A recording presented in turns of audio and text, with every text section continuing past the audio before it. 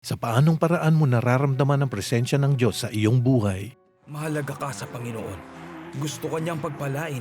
Gusto ka niyang iangat. Sa oras ng kalungkutan at pagkabahala, kanyang dinidinig ang iyong pagsamo. Sa bawat suliranin, ika'y hindi niya pinababayaan. Salamat, Panginoon. Salamat, Panginoon. Ang iyong mga panalangin ay kanyang ipinagkaloob. Tinubos tayo sa kasalanan. Nung siya ay namatay, bumangon sa kanyang libingan. Kasama mo ang Panginoon magmula noon hanggang ngayon at sa habang panahon. Siya masyadong nakakarinig! Naririnig mo ako? Opo! Naririnig mo ba ako? Opo! Nakakarinig na siya! Kasama natin ang Diyos. Samahan si Pastor Chris sa kanyang misyon na ipahayag ang Ebanghelyo ng Diyos at patunayan ang mga milagro ni Kristo sa ating buhay. Tuwing Sabado alas 7 hanggang alas 8 ng umaga, Atmosphere for Miracles kasama si Pastor Chris.